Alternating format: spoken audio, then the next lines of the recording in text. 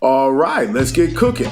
Welcome to the latest edition of Chin Check Sports Radio. I'm your host, JD. I want to thank you all for taking the time out to join us. And as always, we welcome any suggestions, feedback, comments, and criticisms, which improves the quality of our program, which ultimately improves your listening experience.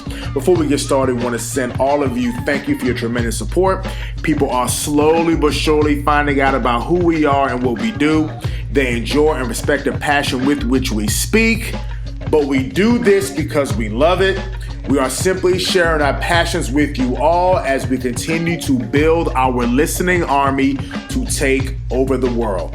On this particular edition, we definitely wanted to continue our Chin Check Radio reverie, our fantasy warfare.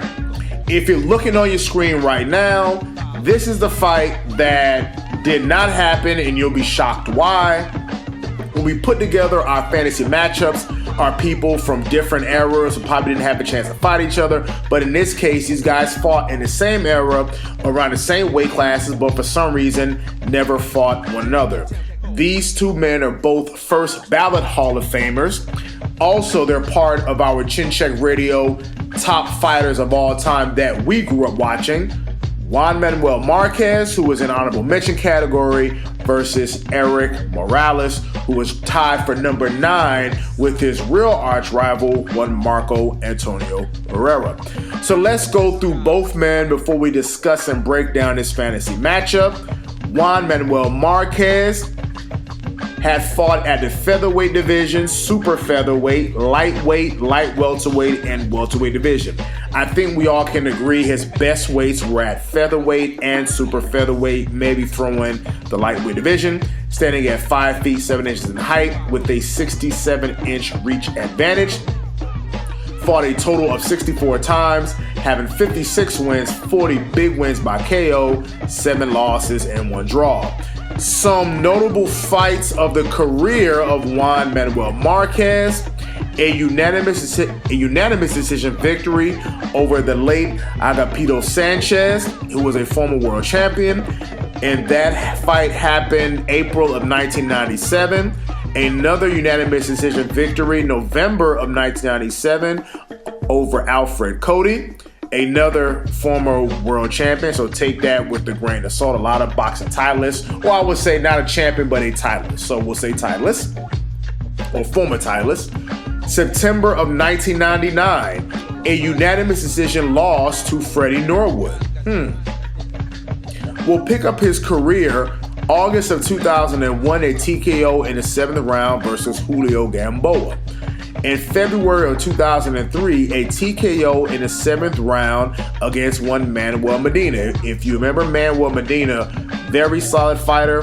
I felt one time was robbed in Madison Square Garden against the late Johnny Tapia. November of 2003, a stoppage from an accidental clash of heads against one Derek Smoke Gainer. For if you remember, Derek Gainer was a Roy Jones Jr. I'm not going to say protege, but he came up in the Roy Jones Jr. camp. He trained a lot with Roy Jones, so definitely he had the Roy Jones name behind him, especially back then when Roy was seen as the best pound-for-pound fighter in the world. Now, here's where we really got to know Juan Manuel Marquez, and we have discussed this fight both times in the Pacquiao broadcast we did, as well as the Marquez broadcast we did. But May of 2004, a split draw against Manny Pacquiao. Folks, are one of the greatest featherweight fights of all time. Manny Pacquiao scoring 3 thunderous knockdowns in the first round. You thought the fight was over.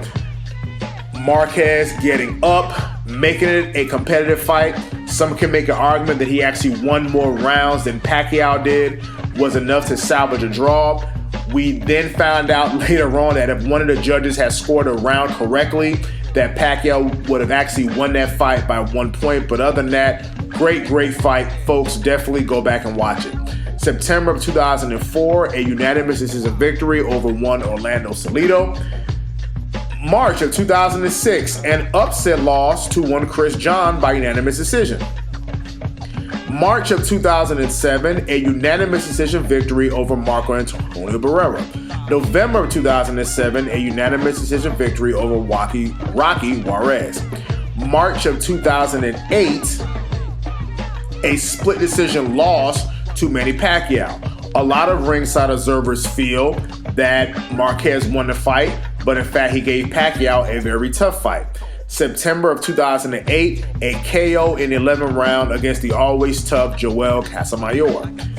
February of 2009, a TKO in the 9th round against Juan Diaz, the Baby Bull. September of 2009, a unanimous decision loss to the returning Floyd Mayweather. Now, this is Floyd Mayweather who retired after the Ricky Hatton fight in 2007. As Manny Pacquiao's stardom starts to rise and skyrocket, people are forgetting about Floyd Mayweather. I think it was a Floyd Mayweather ploy to hop back into the ring with Marquez, who had given Pacquiao two of his toughest fights. So clearly a unanimous decision loss to the great Floyd Mayweather. July of 2010, a unanimous decision victory, again in a rematch against Juan Diaz. November of 2010, a TKO in the 9th round against Michael Katsidis. November of 2011, another majority decision loss against the aforementioned Manny Pacquiao. Again, a nice, tough back and forth battle. You had the aggression of Pacquiao versus the precise counterpunching of Juan Manuel Marquez. Again, lost that fight. A lot of ring observers feel that, in fact, that Marquez might have won that fight as well. December of 2008, finally slaying the dragon in the spirit of Manny Pacquiao, a KO in the 6th round, which is funny because he scores a knockdown of Pacquiao in the 3rd round. Believe it or not, Pacquiao started to turn the tide in the 5th and was really winning the 6th round until Pacquiao got a little bit too careless, walked into an overhand right hand, landed directly on the button, and Manny Pacquiao was knocked out. October of 2013, a split decision loss against Timothy Bradley, and in his final fight, May of 2014, a unanimous decision victory over Mike Alvarado. Going to Erik Morales, who fought at the super bantamweight division, featherweight division, super featherweight division, lightweight division, light welterweight division, and the welterweight division. A height of 5 feet 8 inches, a 72-inch reach, a total of 61 fights, 42 wins, 36 big wins by knockout with 9 losses.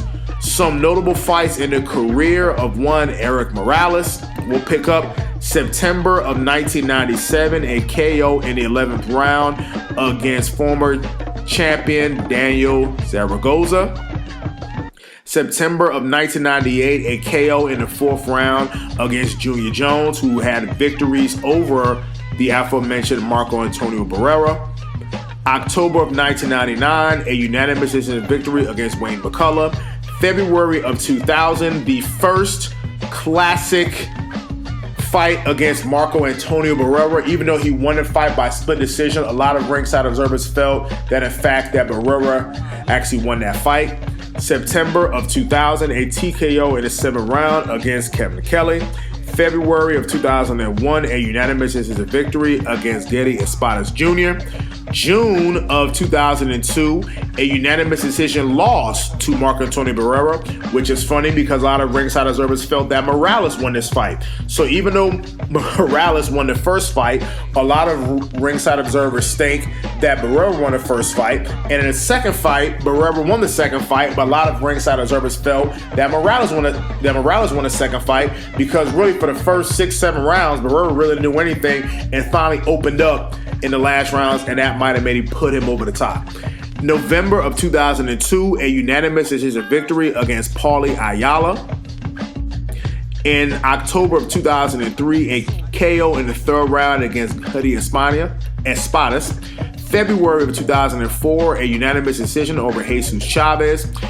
November of 2004, in the rubber match with Marco Antonio Barrera, a clear majority decision loss. Again, in a great fight, both guys came to get it. Now, this is the Manny Pacquiao who was off of his destruction.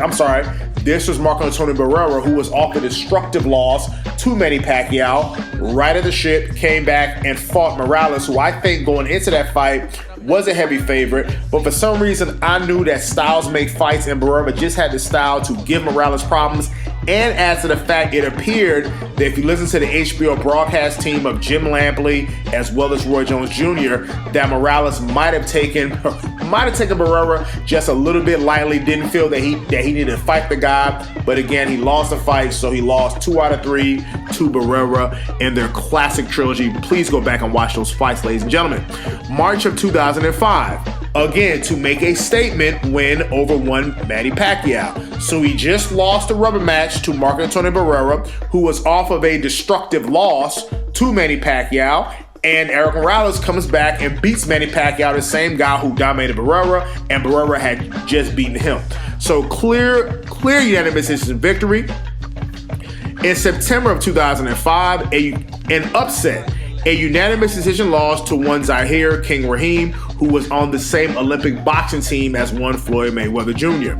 January of 2006, a TKO in the 10th round loss to Manny Pacquiao in the rematch. Now, if you remember that, Morales had the early advantage. Pacquiao then just flipped the switch. I mean, I chose Morales to win the fight, but Pacquiao just flipped the switch and eventually beat him down into submission. November of 2006, again in their final fight, a KO in the 3rd round by Manny Pacquiao. And at this point, Manny Pacquiao was on his way to stardom. In August of 2007, a unanimous decision loss to one David Diaz. April of 2011, a majority decision loss to Marcos Maidana.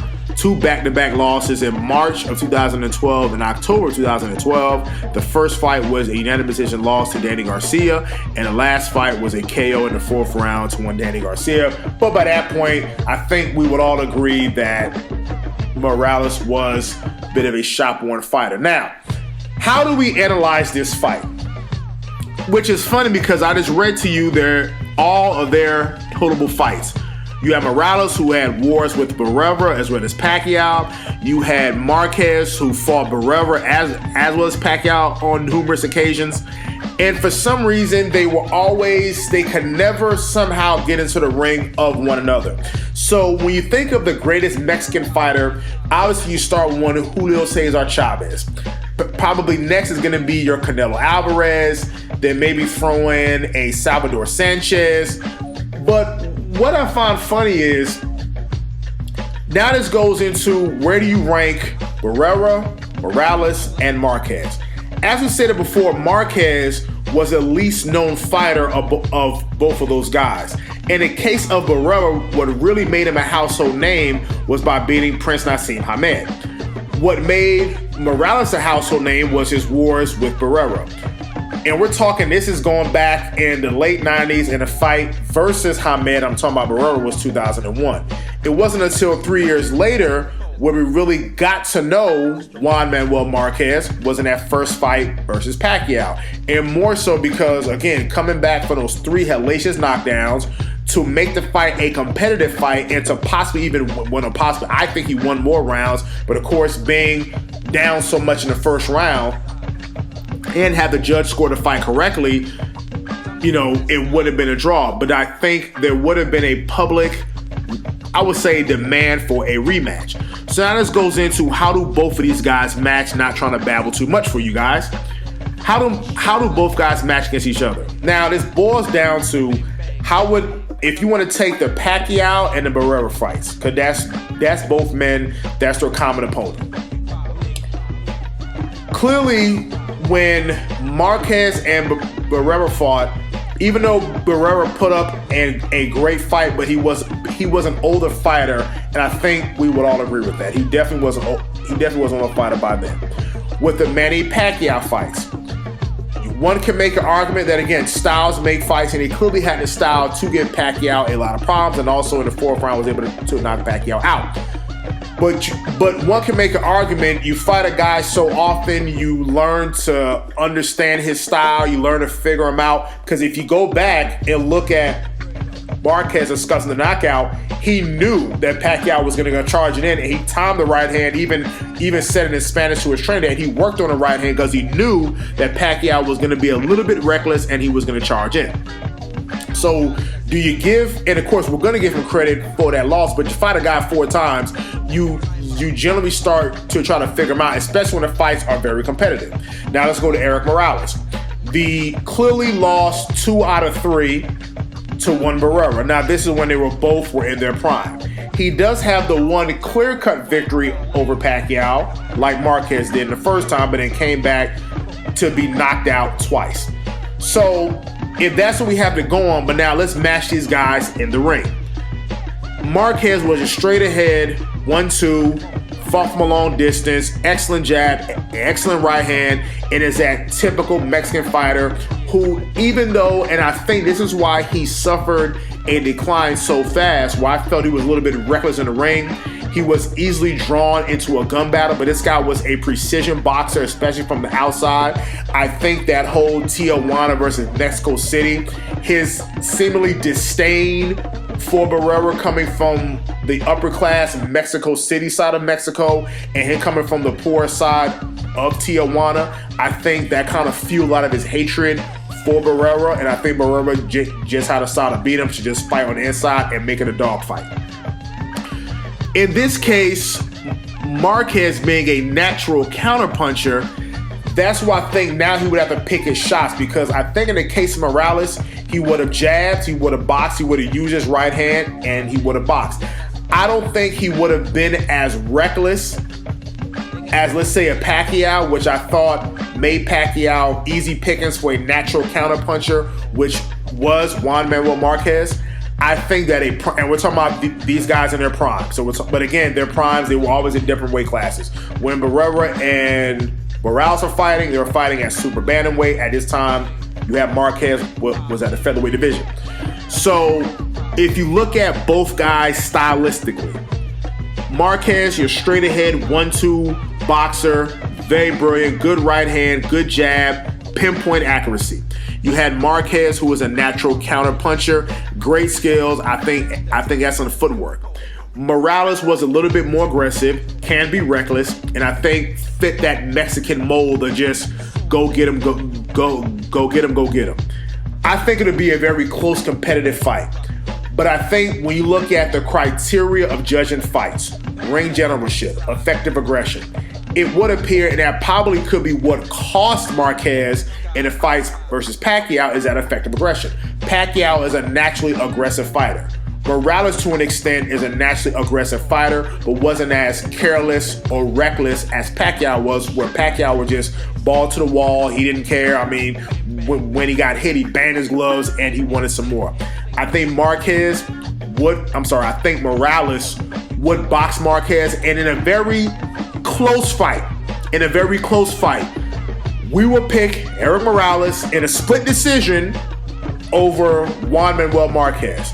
We think that Morales' boxing, his ability not to be as reckless and careless as Pacquiao was, even though Marquez is a natural counter puncher, but we will pick Morales in a very close split decision victory, where I can see him being split even weight.